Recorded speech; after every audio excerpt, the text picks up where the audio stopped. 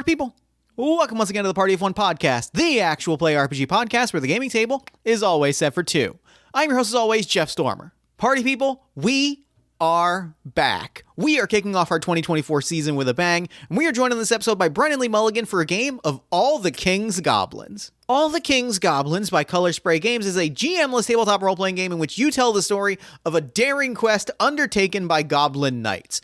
It is a fully GM-less game, so you create all of the story elements, the goals, the knights, the characters, the world, and you use that to create this wonderful experience that, can shape in tone and content, and it's just this wonderful shared story experience of you embarking on this quest and sharing this moment together. This game is an absolute joy. It is, really mechanically satisfying. It is loaded by a goblin, which is built on the Goblin Pulls Out a Gun system by noted enemy of the show, Viditya Valetti. This game's amazing. I love this game. I think this game is cool as hell. And you should absolutely check it out. You can find more information at colorspraygames.itch.io, or you can check the show notes for more information. Listeners, you know Brennan Lee Mulligan as the host and game master of Dimension 20, Dropout's long-running beloved actual play, which hours ago at the time of me recording these words just released their newest season, Fantasy High Junior Year. It is, what is there to even say about Dimension 20 that hasn't been said elsewhere? It is a golden example of what actual play can be as an art form and a medium, and it's just genuinely a rollicking good time of a show. Perhaps you know him from his other appearances on Dropout shows such as Game Changer or Make Some Noise. Perhaps you know him from his sketch work or from the long-running comic Strong Female Protagonist. Brennan has done a lot of things. You can find more information about all of Brennan's work in the show notes. And with all that said, let's go ahead and throw it over to me in the past so that he can get started with the show. Take it past me. Thanks, future me. I am so excited this week to be sitting down with Brennan Lee Mulligan. Brennan, thank you so much for coming on Party of One. Jeff, thank you so much for having me. I'm psyched. I've never played this game before. I am so excited to have you on the show and to play this game together. This is legitimately something I've been looking forward to for weeks now. I am thrilled. And at the top of the episode, before we dive into the game that we are playing, why don't you take a moment and let our lovely listeners at home know about anything you've got going on that you might want them to know about. Thank you so much. Hey, gang, my name's Brennan Lee Mulligan. I'm an internet performer, writer, comedian, actual play GM. You can find my work the podcast Worlds Beyond Number is something you can go check out for all of you podcasterinos out there. And you can find me on social media as well. Any one of the number of 30 or 40 new social media sites that get launched every day. You can find me on all of those. My name is Brennan Lee Mulligan.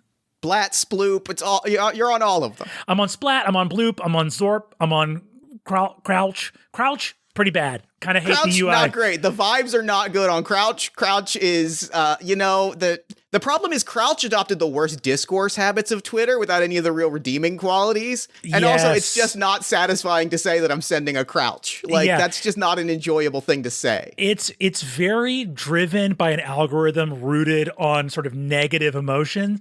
And on top of that, you have to perch like a gargoyle while you compose crouches. It films your camera, and if you stop crouching like a gargoyle, it will delete your post entirely. It's very, very frustrating. Yeah, absolutely. So this week on the show, we are playing All the King's Goblins, which is a GM-less RPG of the brave and small. I told you this before we hopped on mic, but I was very excited when we were talking about the thing. I was like, I'm going to find a game that I think has strong Brennan energy and brings a strong Jeff energy. And I think that we found one that does that. This is a game about the Knights of the Goblin King going on a grand quest to save the world, or to save their kingdom or themselves. And so we're going to make up some goblins. We're going to make up a big quest. This is a GM-less game.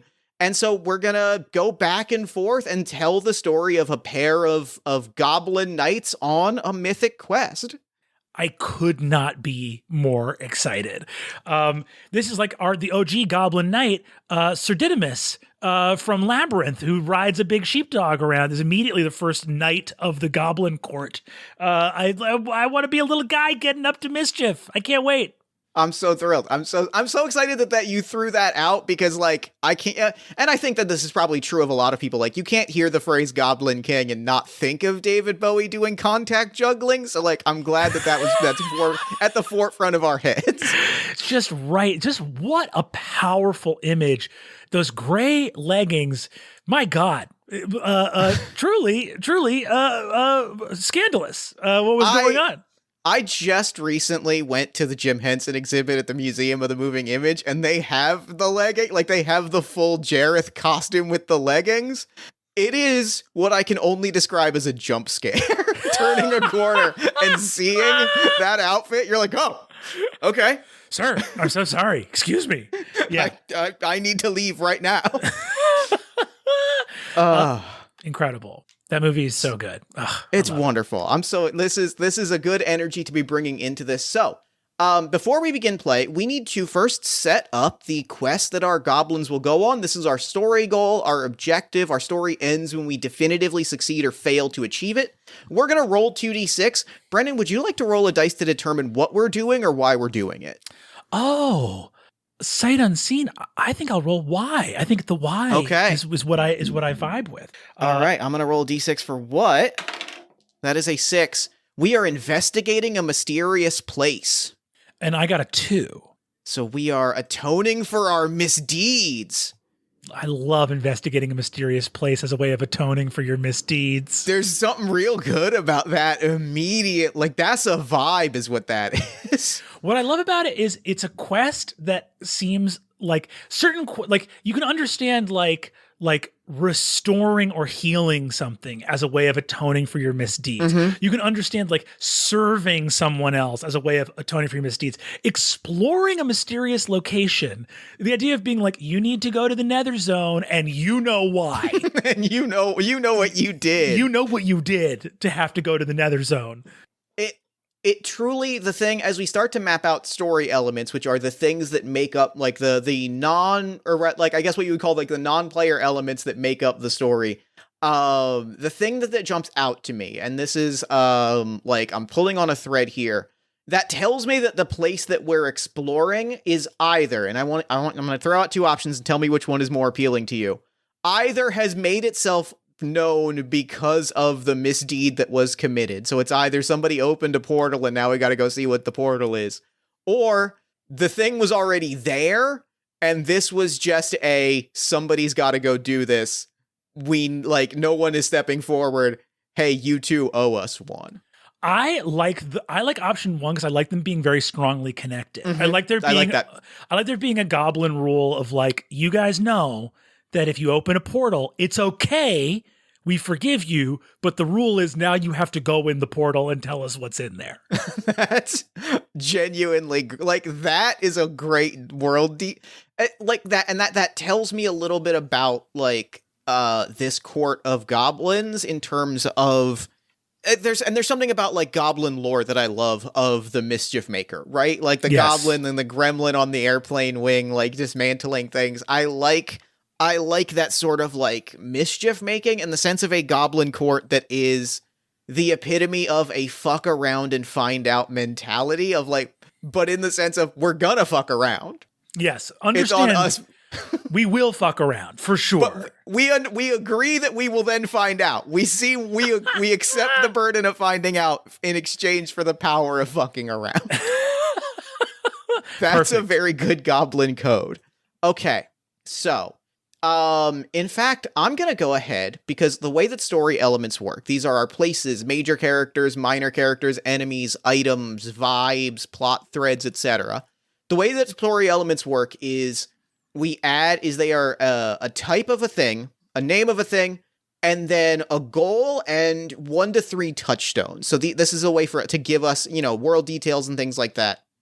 I am going to go ahead and be so bold to flat out write down the goblin code just so that I have it. And I think the goal here is to fuck around and find out. Perfect. Yes. And so what's a touchstone that you want to attach to the goblin code of fucking around and finding out? Like this is a detail. So a dragon might have the touchstones breathes fire, hoard of gold, a mountain pass might have snowy and treacherous. What what's the touchstone that you want to hold on to as when we think about this Goblin code? The idea of there being it's kind of a beautiful two-part moral code for our goblin civilization. And I think it's not that these things exist as antitheses of each other, but they're rather like two complementary virtues. They oppose, but they're meant to go together, just like mercy and justice, right? Mm-hmm. They're like, they are opposed in some ways, but they're meant to go together. So I think the idea of fuck around is like, fuck around has within it like a celebration of individuality, experimentation, innovation, a celebration of deviating from like past norms. But find out is about carefully recording what you do. So like, yes, eat poison mushrooms, but if you're dying, please write down what you ate.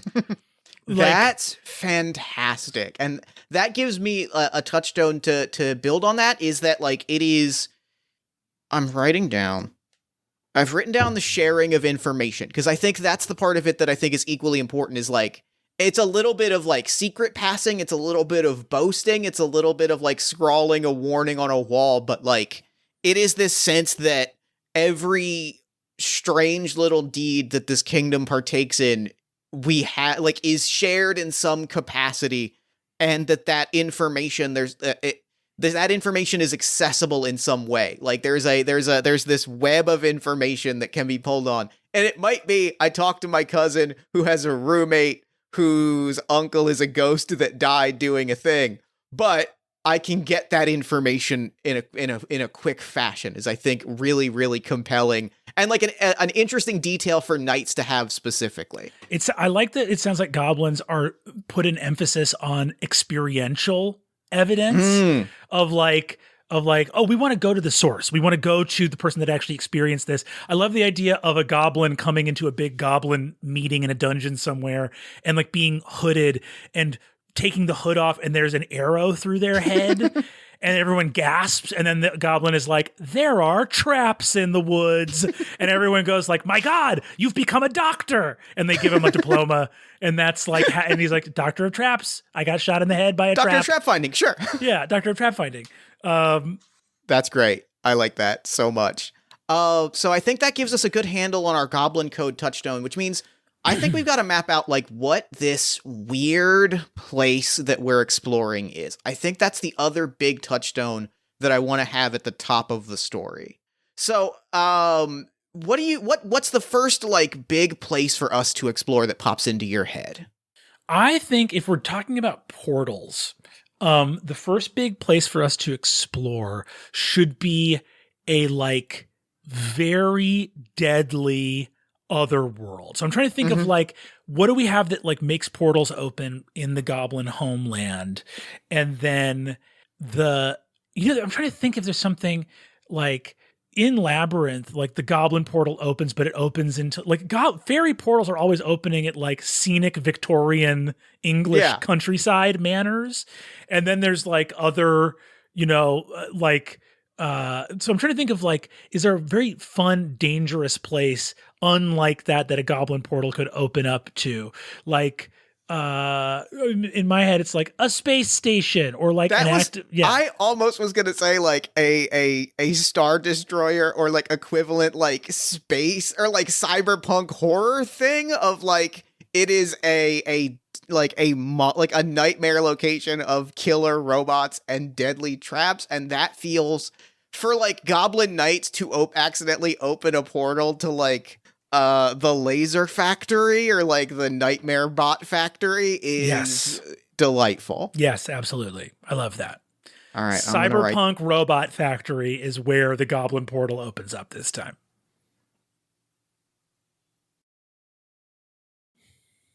Okay. So, what is the what are our touchstones for our like cyberpunk? I feel like Cyberpunk Robot Factory is itself 3 very good touchstones is the thing. Yeah. I feel like if we break down that phrase, we've kind of already got 3 touchstones, which is it's cyberpunk, it's for robots, and it's a factory. Perfect. Love it. All right. And so And so we've got our mysterious location. It has been opened to us. Now it's time for us to meet the Goblin Knights that accidentally opened this portal and are going to be the ones to explore it and investigate it and maybe close this portal, maybe figure out a way to live with the portal being open. We'll get there when we get there. So there are there are 6 classes of knights. There are 6, types of knights. We're each going to choose one. We're each going to build out our character a little bit. Brennan, do you want to be a brave, wise, cunning, dashing, pious, or strange knight? I would like to be a strange knight. I feel like that's I was like, there has to be one of us. If you didn't take strange, I was going to take strange because I was like, this feels... Can we both be strange knights, or do we have to be 2 different kinds of knights? I would like to be a different type of knight, only because I think the interplay between a strange knight and... For us to collectively have opened this portal, I am gonna go with... I think for the type of goblins we've described, Sly feels really, really great. Sly feels in line with the goblin code that we've mapped out. Mm-hmm. So, I'm gonna drop this into the... do you have the PDF in front of you? If not, I will drop this in the Zoom chat. Go ahead and drop that in the Zoom chat for me. All right. So there's your character stuff. I'll read these out so that we have them, but basically, the way that this game works is it is run off of a pile of D6s and D8s. There are actions that we can take to, when we get to a point where we need to roll dice, where the outcome is uncertain or dangerous, we will build out a player pool, which is a pool of D6s, and then a difficulty pool, which is a pool of D8s. There are triggers on our characters that will allow us to add a D6 to our dice pool, up to a total of 5 dice, and then there are actions that will hindrances and weaknesses that will allow us to, that will cause us to add dice to our difficulty pool up to a total of 4 dice. So for the Sly, I will add a D6 to our player pool whenever we are employing trickery, and a D8 to our difficulty pool when we are outsmarted or outwitted. I have lockpicks. I have either a bow and arrow or a pair of daggers. I really like, I like a big, I'm going to say it is specifically a big honking crossbow, the kind that I should not have. Like, it is larger than I should be able to justifiably use in a quick and convenient fashion. Mm-hmm. I am either alert, stealthy, or inconspicuous. I'm going to be alert. That feels really fun. And that feels like that's going to be a good compliment to a strange character. And I'm greedy, suspicious, or anxious. I think, I'm going to go greedy. I like greedy. Because I think that's a fun dynamic to pull on. I will also drop this onto our Jamboard once I've got this all written down.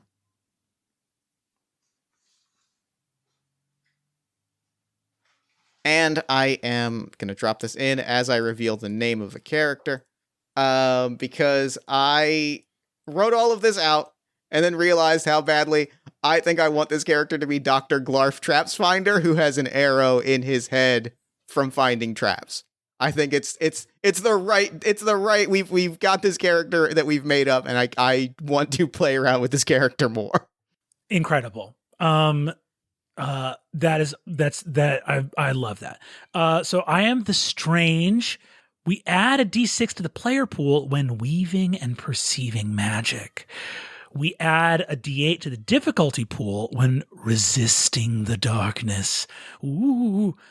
Gear. I have a gnarled staff and either a familiar or a grimoire. I'm going to go with a grimoire. For my perk, I am going to be clairvoyant, and for my flaw, I am going to be unsettling. That feels good. I like a good unsettling goblin. Fun dynamic, like a fun character visual immediately. And my name is going to be Nostramanthus. That's a great. I'm going to take a moment and just appreciate a great name when I hear one. Nostramanthus. I think when you, I don't know if we describe what we look like later, but I think it is an antlered helmet with just beard coming out of it. And when I walk, I'm fully obscured by my beard. It's like Cousin It from the Addams Family. That is so great. I've got an arrow in my head, and I imagine Dr. Glarf to be you Brendan, do you remember the 3rd edition Dungeons and Dragons art for the sorcerer where it was just a person covered head to toe in belts? What a hottie. What a hot hottie just covered in belts. Just 4,000 belts. I imagine it's that, but every belt is like the arrow was only the beginning. Mm-hmm. Like the way that Glarf has held on to his status is that like he's got an epaulet on a shoulder that is a small bear trap that is clamped onto a shoulder. There are like rope traps that have formed like straps on the chest. Like it is covered head to toe in the very physical evidence that I have found traps the way that I found that first trap. I figured out a process that works for me, and I walk into the darkness, and if a thing goes off, I come back and I say, haha, a thing has come, a trap has gone off. Someone please revive me in a moment and I'll tell you how to disarm it. Perfect. I love it. Perfect. So we have the big question of how we opened this portal to the robot factory. What pops into your head? We've got our characters. We've got our quest in front of us. As we start to investigate this place, what is the I gotta know what the mishap is that brought us here together, having caused this thing to unfold. I think we opened a portal into this realm. I think we were experimenting with creating traps to protect our goblin home, our wonderful little community of fellow goblins. And I think that we were creating portal traps as like a harmless way of like, well, if people approach and we just teleport them somewhere else, it's like catch and release, but for people that are trying to destroy our little goblin den. And I think that we got a portal that was a little bit too dangerous. And I think it was like, we wanted it to be like a forest on the other side of the continent, and instead it's a cyberpunk dystopian future full of killer robots.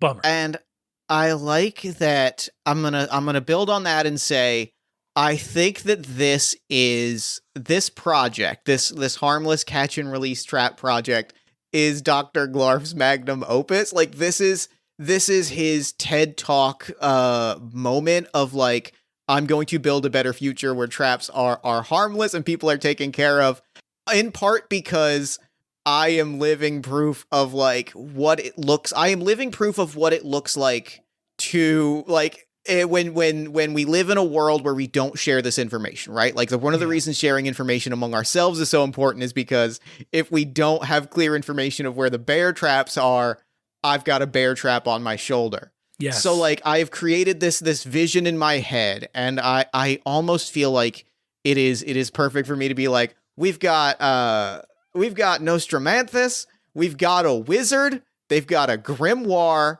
We could just build a portal, and the first time that we build a portal, like this is product testing gone horribly wrong. Of like the portal's built, it's a success.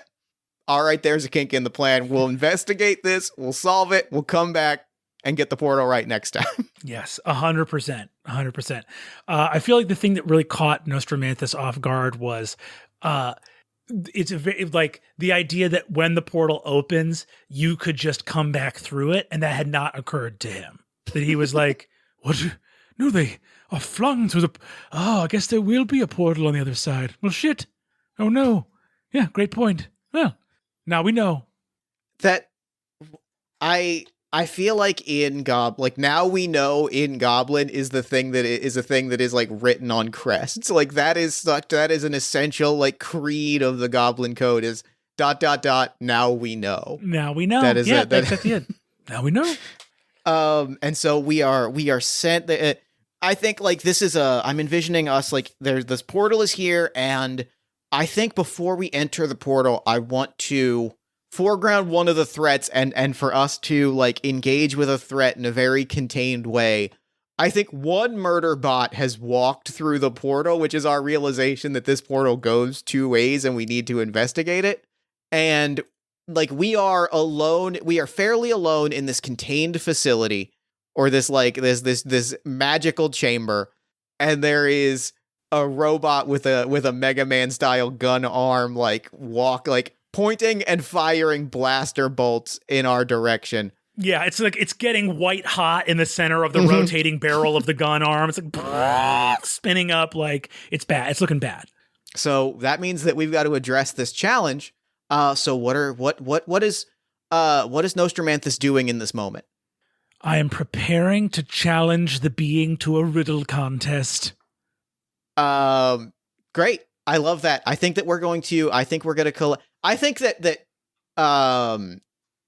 Glarf hears you say that, and being I think like Glarf gets really excited, in part because Glarf is also a riddle teller, like being the sly tricky one. I think that the fact that we are both riddle tellers, where that we get into this plan, it's like, yeah, that's great. Okay, great. I've been reading riddle books all week.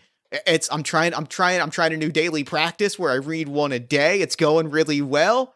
I'm feeling ready for this. Let's do this. Let's take down this robot. Let's get it in a riddle contest. We'll maybe explode its head with too clever a riddle. This is a plan that's going to work. Yes, I will turn from Glarf to face the oncoming mech soldier and raise my little withered staff and my grimoire over my antlered helmet and say, "Beast of metal, be ye friend or foe, dost thou now wish to hone thy mind as readily as thou hast wielded thine hollow arm filled with fire and light? Beholdeth a riddle for yon mind, be it as sharp as the boots of thy metal greaves." The French.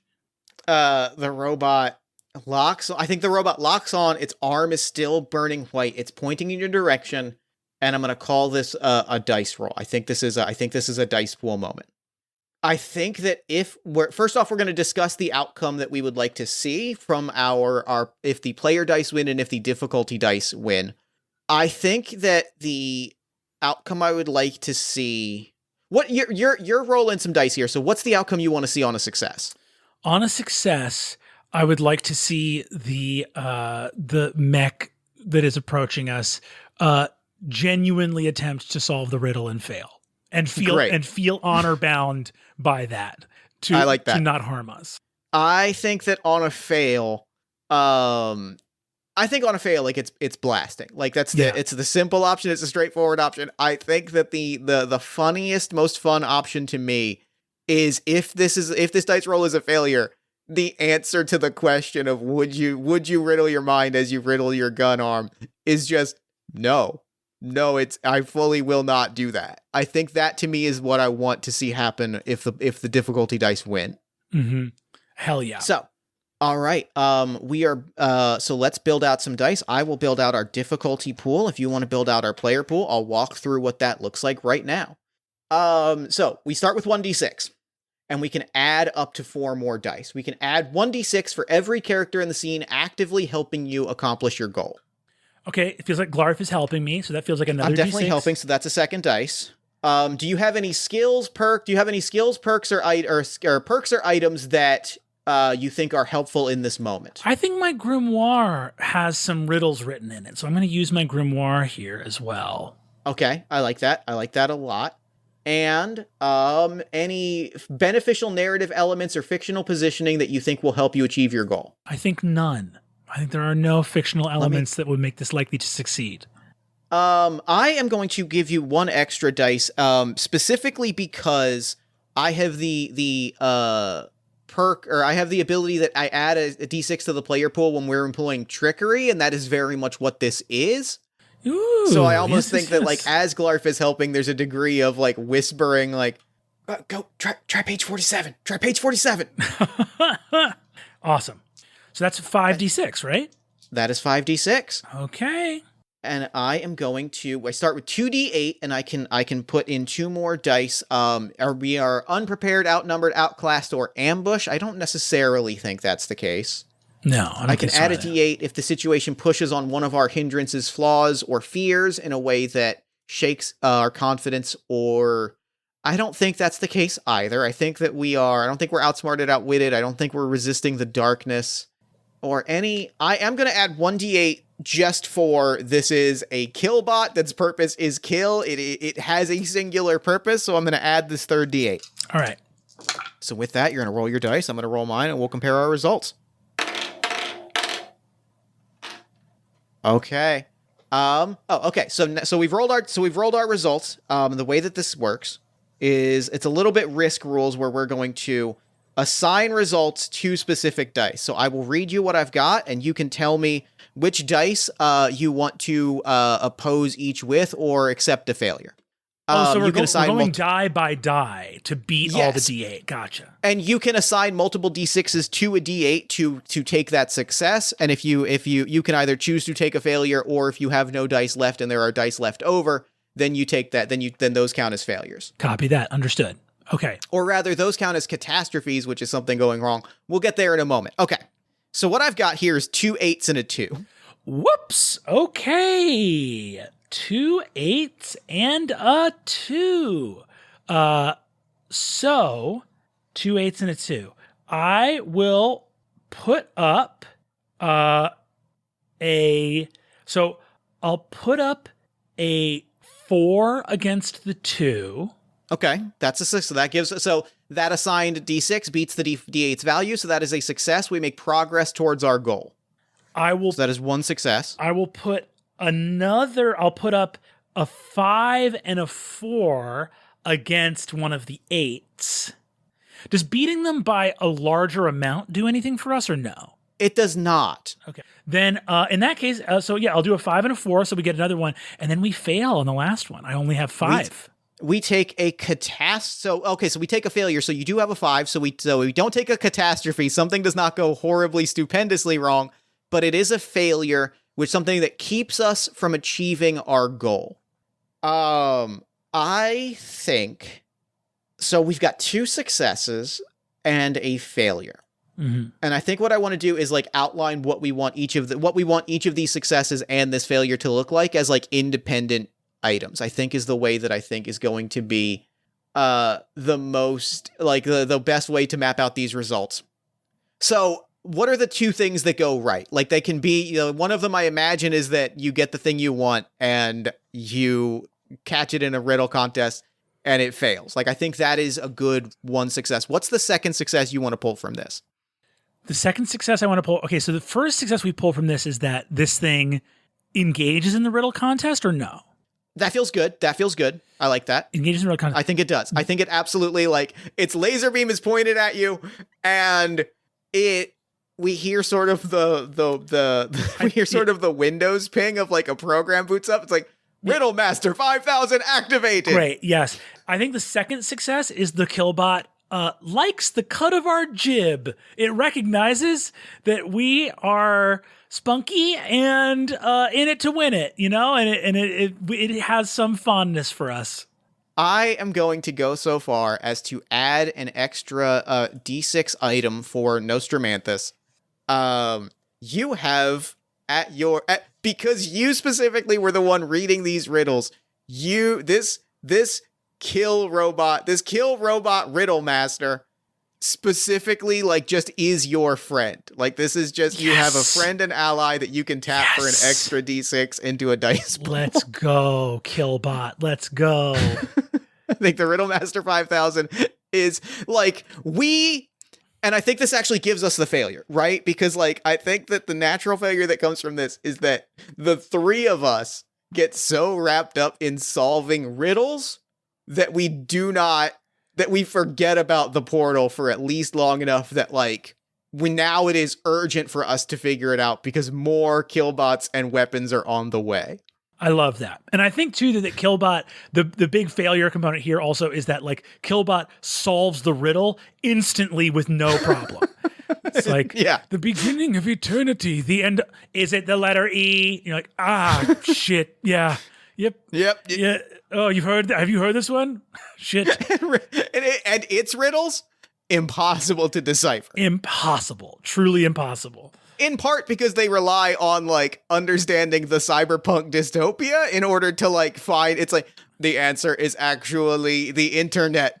What the fuck is an internet? One train leaves New Laser City at 4:15 a.m., traveling 85 miles per... And you're like, well, this is just a math problem. This is not even a riddle. But also, crucially, what is a train?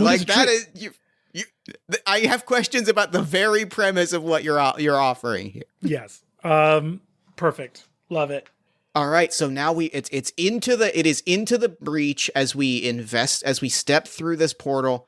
I think that the visual and the challenge I want to throw out for our knights here, because we said factory, I need for us to step through the portal and land in the cartoon sound, like the cartoon musical interlude factory montage set piece. There we land on a conveyor belt.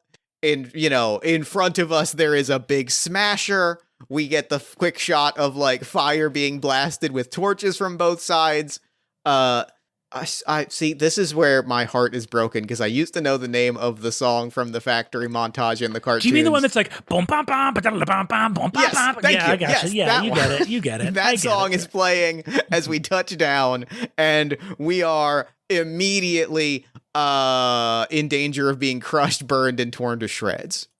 Perfect. Truly perfect. Okay, so now we're in danger of being crushed and torn to shreds. Yes. I am. What can we do as we approach this giant smasher? I'm going to. I'm clairvoyant, so I am going to peer into the murky future to see if this giant crusher is where I die or not. And if it's not where I die, then we don't have to do anything because the problem will sort itself out. That's great. That's fantastic. I'm gonna say, do we want to call this a roll, or do we just want to declare if this is the case or not? Let's call this a roll. This is a fun roll, especially because I have a roll that I want to make immediately after this that is also fun, and rolling dice is fun. That's part of why we do this. It's fun. So we start with 1d6. I add another when weaving magic. Correct. That is 2d6. I add another for being clairvoyant. 3d6. And I think I'm going to wave my little gnarled staff in the air to help me here as well. Yeah. That's a wand, that's a staff, that's a classic magical conduit. That's 4, so that is 46. 46. And I don't think we're I'm going to add a dice for unprepared very specifically. Like, I don't think that this, I think that we were not prepared for like, the Void was not prepared for asking the question, were you going to be crushed by a robot smasher today? Yeah. I don't think that this pulls on any of our flaws. I don't think that there's any positioning to add to this, so I'm going to roll 3d8. All right. That is a 1, a 3, and a 6 on my end. Okay. Okay, what happens if I match the numbers? If you match, if the assigned d6 is the same value as a d8, that is collateral. We push forward at the cost of something going wrong. Okay. I am going to match the 6 with a 5 and a 1 put together for a 6. I'm going to match the 3 with a 3, and then I'm going to beat the 1 with a 2. So that is 1 6. So that is a success and 2 collateral, right? Yes. Great. So that means 2 things. That means we fundamentally get what we want, and 2 things go wrong. Mm-hmm. I know one of the things that go wrong, and it makes the roll that I'm going to make even funnier to me. Mm-hmm. One of the things that goes wrong is that you see that this is not where you are meant to die. It is where Glarf is meant. Like, you have an undeniable answer in your head. No, you're going to be fine. Glarf is going to die in a moment. Nostramanthus begins weeping for Glarf. My friend, this is where we say goodbye. And what's the other thing that goes wrong? We know that you're going to be fine. What's the other thing that goes wrong? I think the other thing that we know this is where you're meant to die, but I think the other thing that goes wrong Well, here's my question. Can we die on this adventure or no? So there's two answers that I will give to this. The short answer is yes. Death is not necessarily the end, but we can decide, like when we face a challenge, we can either decide to miraculously, like if we face a situation where we would die, we can either choose to miraculously survive, or if we feel it is right to allow our character to die, we can have that moment. The other answer that I will give is I'm gonna call for a player pool roll here, because I think that this is not Glarf's first time dying at the hand of a horrible trap, and I think that he's got backup plans in place to force him back to life. Perfect. Love that. I love that. If I fail, this might be the end of Glarf, and I might roll up our killbot as a second knight. That Perfect. Also feels incredibly fun to me, but I am going to make this a dice pool. We'll flip what we've been doing. Mm-hmm. So I'm going to start with my pool of D6. I don't think that Nostramanthus is helping here. In fact, I might be so bold as to add a D8 to this because you have put forth into the world the prophecy of my imminent death. Yes, I kind of I'm kind of calling it for sure. I am going to let me look at my skills and items. I am employing trickery here, so I'm going to add a D6 for that. I think that this is very specifically, I think that we watch, in this very kind of like Henson Muppet way, we watch a Muppet just get smashed with a hammer. Like, it is very Punch and Judy, visual here of like, the thing comes down, we see it get squished. Mm-hmm. It is funny and also traumatizing at the same time to watch this puppet just full on just get crushed and demolished. And so I think that like this is activating a backup plan to be like, nope, I'm actually alive again. This is not my first time doing this, so I'm going to add a die for trickery. Skills or items. I'm going to add alert. I am going to call for alert here. I think that this is something that I know is coming. I've spotted this is coming, which means I have time to put my plan in place, which puts me at 3d6. That feels good. And then 3d6, and then the difficulty pool would be 1 normal d8. And then is there anything else we would add or no? It's 2d8 plus 1 because of the situation with the plus 1 because of the prophecy, so 3d8 total. So it's 3d8 versus 3d6? Yes. Woof. All right. We'll see how it goes. Well, also, yeah, you know, you could add another d6 because you kind of are perceiving magic here. Like you're noticing. I'll take it. Noticing the prophecy. I'll take it. All right. I'll take it. 4d6 versus 3d8. Okay. 3d8. You're trying to beat a 1, a 3, and a 7. Okay. This actually feels good.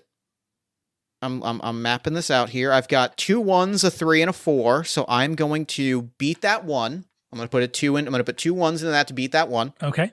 I'm going to match the 3 for collateral, and then I'll take a failure. As well. So that means that we've got a failure, a success, and a collateral in play. I think I'm going to say the success here is that, like, we watch Glarf die. There's a moment of just terror at staring at Glarf's body, and then just Undertaker style. I'm fine. I'm good. All good. Part of the job. True. When Glarf dies, Nostramanthus gives a full no! Oh, you're fine. Welcome back. Yeah, I'm fine. I'm good. Oh. Natural. Part of the job.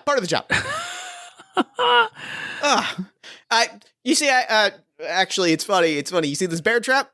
Yes, you have a bear trap in your arm.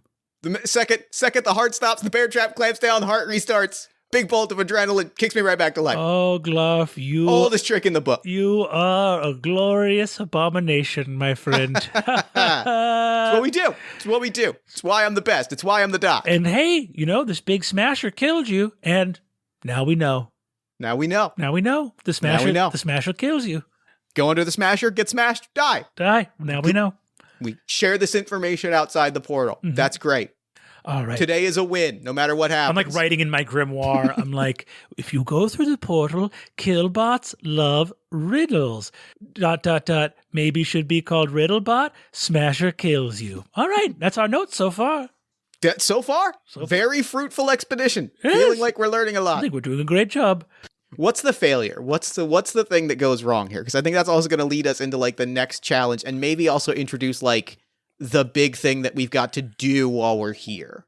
I think the big failure is that in going through the Smasher but surviving, I think that we have alerted a sinister, like, HAL-esque computer consciousness that's running the factory, that there are little mischievous goblins running around in the wings. So we've alerted the sort of corporate computer consciousness in this space to our presence. And taking that, I mean, and building that even further, that means that we've alerted the consciousness that there's also a portal right on the conveyor belt into the Smasher, that, hey, if we go through this portal, there's opportunity on the other side. Yes. So like that gives us, okay, that's great. That gives us an immediate thing that we've got to address.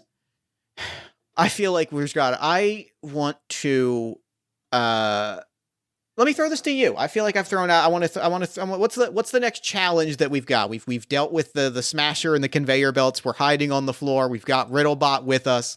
What's the thing, like, what's the expression of that computer consciousness, like, coming at us that we need to deal with at this moment? I think a conveyor belt with a bunch of automated arms for, like, constructing various super lasers all sort of wheel around and begin to construct a large apparatus that can upload the computer consciousnesses into it. So we're seeing kind of an Ultron-esque robot body be formed as the different like screens in the factory alight with a face composed of ones and zeros in a sort of retro futurist, like binary, like three-dimensional face shape going, "I'm afraid you're trespassing on corporate property. Please identify yourself with your make, model, and serial number." Glarf turns to Nostromanthus and Riddlebot. "Everybody, I know exactly how to handle this. Don't worry. Got this under control." And immediately fires a crossbow bolt at the little glass eyeball to just try to shoot it through the eye. Perfect. You're firing at one of the monitors, like one of the screens? I think it like what I'm imagining a little bit is like we see this Ultron thing and, pulling on Hal a little bit directly, like it kind of like a little monitor gets put at the top of, or like at the top of it or in the chest or something that like lights up with a little red light of like, this is me communicating with you. And it's like, well, you've just added a target to your chest that is the thing that I have to shoot you through. Like that's what that is. That's poor construction, because now I know that there's a target that I have to hit. I'm going to add a D6 to this from Clairvoyant because I want to have seen this in the past, and I'll add another one from Grimoire. And I'm going to add a D6 for my crossbow here because I think what I imagine is like the crossbow is larger than I am. Like it's like on my back sticking out, and it's very much just like I flip it. And with my whole body, like, come down on the actual bow part and then just flop back, like belly flop backwards to just release it. But this is a move that I have done before. Perfect. I love it. So that's 5d6. What do we want to put in the difficulty pool? So it starts with 1 normally, right? It starts with 2 normally. 2 normally. I think this counts as resisting the darkness. So I think that we have to I'll count that. So I'll roll 3D. You're rolling 5d6 and I'll roll 3d8. That feels good. That feels great. 3, 4, 5. 3, 4, and 5? Mm-hmm. All right. Then I am going to, I've got a 1, 2. I've got 1, a 2, 2 3s, and a 6. So I am going to, you said 3, 4, 5? 3, 4, 5. Then I am going to, I think you can clear this. I think I think I can clear this. Yeah, I'm going to put 4 against the 3. Okay. 5 against the 4, and 6 against the 5. That's a full clear. Full clear, baby. That's great. That's fantastic. That's phenomenal. That's the best case scenario. We love that. I love the idea that the actual like chip that the consciousness of this AI was living on was just hidden in a random monitor in the factory. Yeah. Incredible. We get like a flashback to it narrating its story of like, I hid this chip in a random monitor and I move that monitor every 14 hours to ensure that at any given time, I could be anywhere in the factory, and thus, by the panopticon principle, if I could be anywhere in the factory and you do not know which one I am, thus, you must stand to reason that I am all of them at all times, which makes me immortal and makes you too afraid to strike me. But what you weren't counting on, computer, was the power of friendship and magic and crossbows. None of that were you counting on. Also, I'm not going to lie, that was sheer luck on my part. I really wasn't sure. I just kind of figured, hey, flashing light, shoot at it. No. This worked out really well on our front. What is luck if not the destiny of the uninformed? You know what? That's a good point. This is why we're friends. This is why I like working with you. I'm going to give you a little bearded kiss with my horned helmet. Mwah, and I'm going to write in my big grimoire and just say, big computer, dead already, world not dangerous, circle, underline. Well, how about that? Look at that. I think the traps here are pretty, and we've still got a Killbot friend. You got a Killbot friend? I actually do prefer Riddlebot. Now that the possibility was raised, it does sound a more accurate representation of my true passions. Oh, well, of course, Riddlebot. We can call you Riddlebot. A beautiful name. Well, let's drag all of the metal that we can find in here back to our goblin home and add it to a big pile of scraps. So before we go any further, there is something extremely important that we need to do that I forgot as a part of character creation, and maybe the most important part of character creation. We're supposed to have this isn't going to color any of the things that have happened beyond just we're supposed to have a special trinket, and I need to know what these characters' special trinkets are. It is so important to me that we randomly figure out what these characters have as their special trinket and what it says about them. Nostramantis. Can you roll? Oh yeah. Can you roll me a d? Can you roll me a d6? Yeah. Yeah, there's a d6 and a d8 table to figure out what it is, and then I want to know what it says about Nostramantis. Okay, so 4 is on the d6. That is a trophy. Give me a d8. 2. An iron challenge coin. What's this challenge coin? It's an iron challenge coin from Nostramantis' CrossFit gym. And he went every day for 30 days, and he didn't get the 60 day because stuff came up in that second month. But that first month, he's really proud of. He really committed. That's great. That's good. You know what? That's important. It takes 21 days to form a habit, and so that's an important step. It's a very important step, and it's very hard for me to flip the big tires because I'm itty bitty small. And they don't shrink the tires for they expect you to flip the full-size tire. No. The only way I get to flip the tires is by tricking a human into doing it for me. So, for Glarf, I got a tool.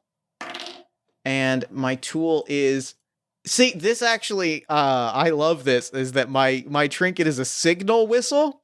And I think, for somebody whose specialty is finding traps, that's just, an important part of the job. There's a bulletin back up at Goblin headquarters. It's if you hear a sustained whistle from the woods, you have to go find Dr. Glarf because they can't move.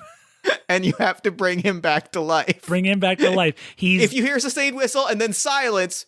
That means that he's died and you have to revive. It means that his revival plan didn't work. Please enact the ritual to bring him back to life so he can tell us what the trap is. Perfect. Absolutely perfect.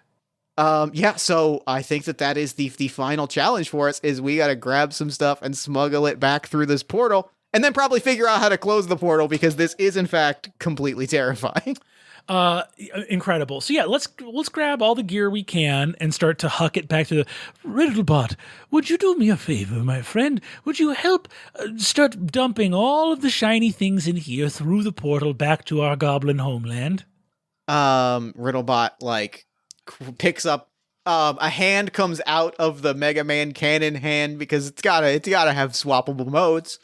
And it picks up a large box and starts filling things. And I think I want to make a roll in part for how much stuff we get and how fast we get it. Yeah. Because I think also Dr. Glarf has a plan that is going to allow us that is specifically employing trickery. There are dollies. There are absolutely automated dollies that if you give them a command, will just go through the portal. Yeah. So I think Glarf has gone into full manager mode of Can we move this stuff over to the conveyor belt into the portal? Can we reroute our tracking route? So that's going to be 2d6 plus 3d6, 2d6 plus 2d6 because Nostramanthus and Riddlebot are helping here. Yes. And then I will also use clairvoyance to help me like find where the different control panels and things that we need. I'm using my little like wand, like a divining rod, to be like, oh, spirits, move me towards the override command login sequence chamber. And that feels good. Hell yeah, 5d6. And then 5d6? How difficult is this going to be? I'm saying at 2d8 plus, I'm going to say, I don't think that this necessarily pulls on either of our flaws.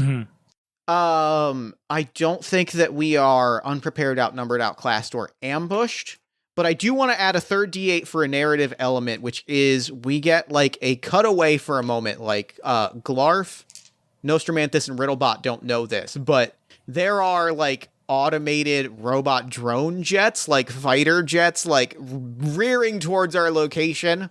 And at least one of them also has like an entire rack of killbots like on it, ready to drop into our location.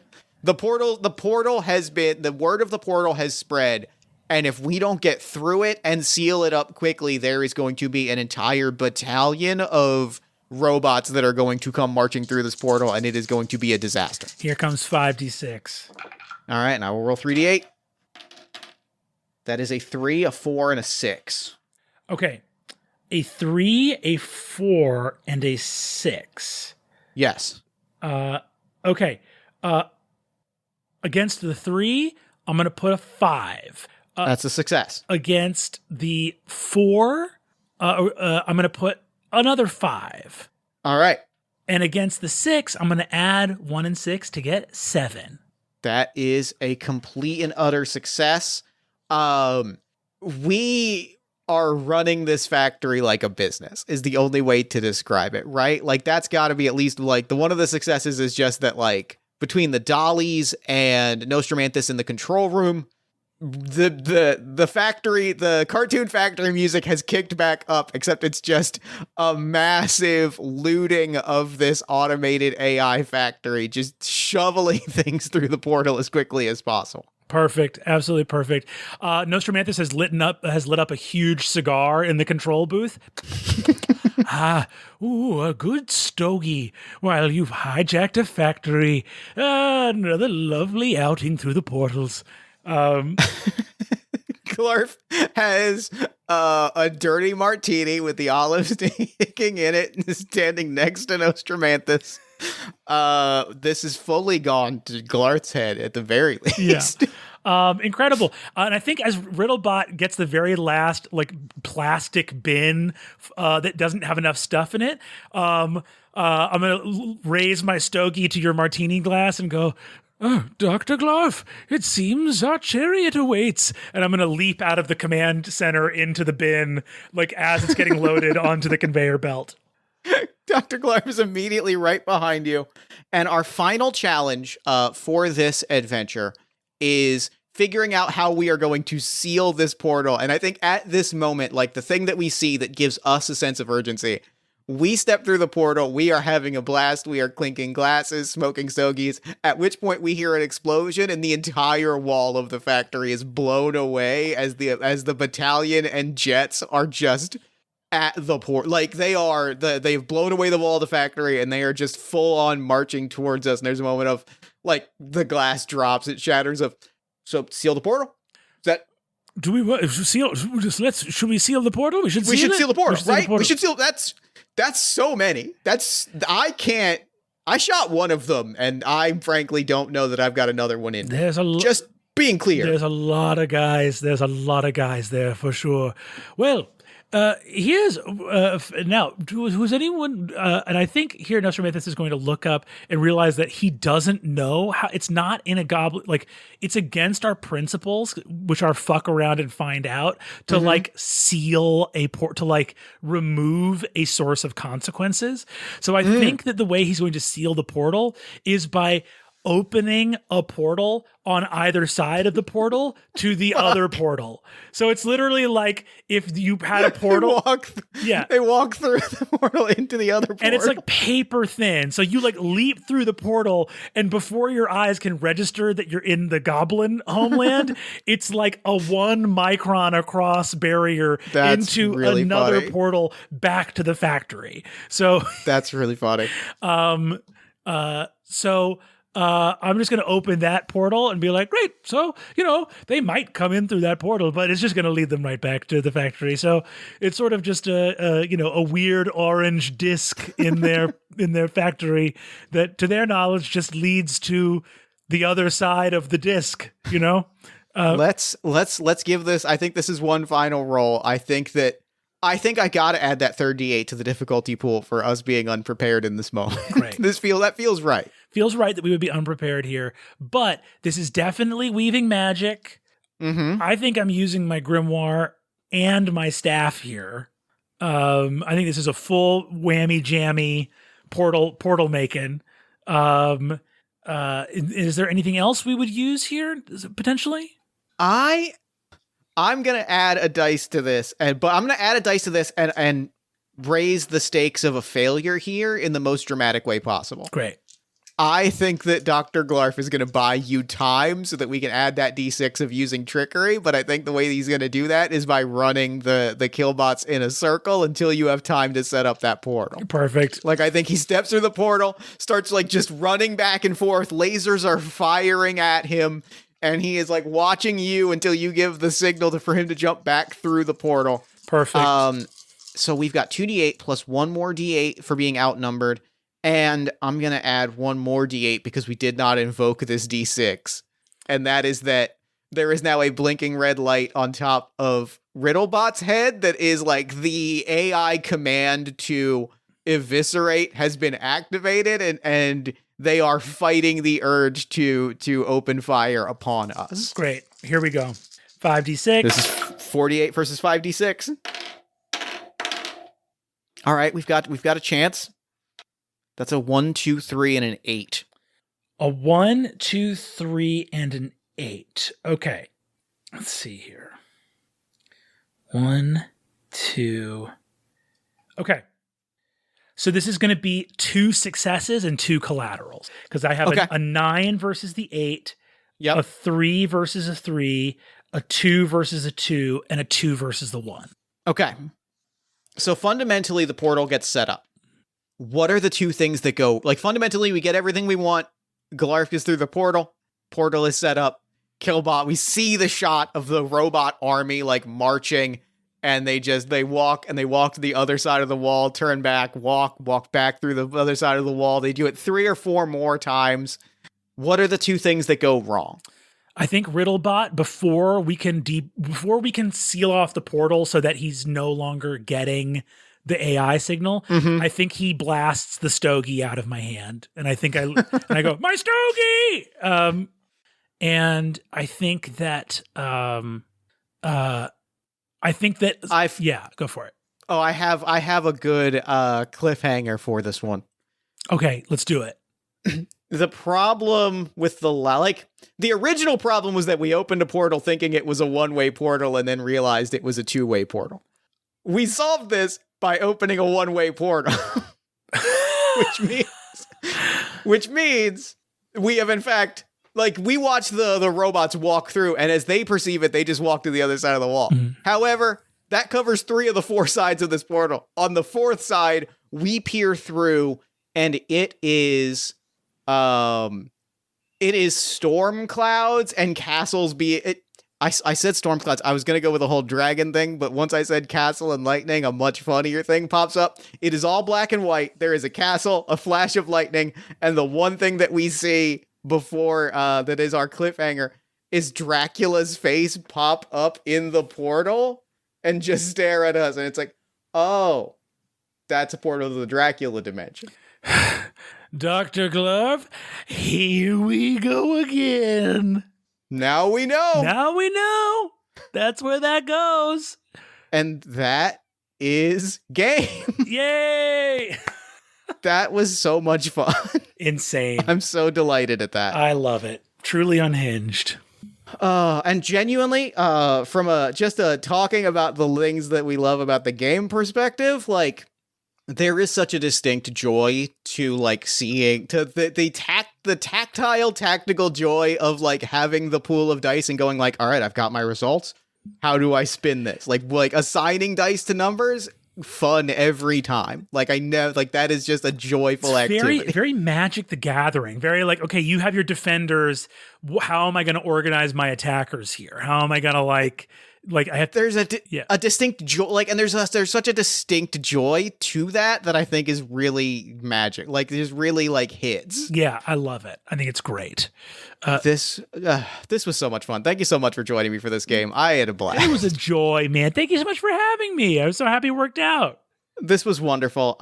So real quick before we wrap up, where can people find you and your work online? You can go check out all my work. You can see my social media stuff. I'm at Brennan Lee Mulligan on Instagram and a bunch of the other places. And if Twitter exists by the time this comes out, which doesn't feel very likely, I'm Brennan LM on there.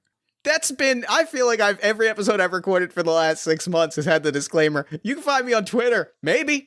Fucking probably. Who can say? Who can say at this point? Hell yeah. Deeply, deeply appreciated. What a joy.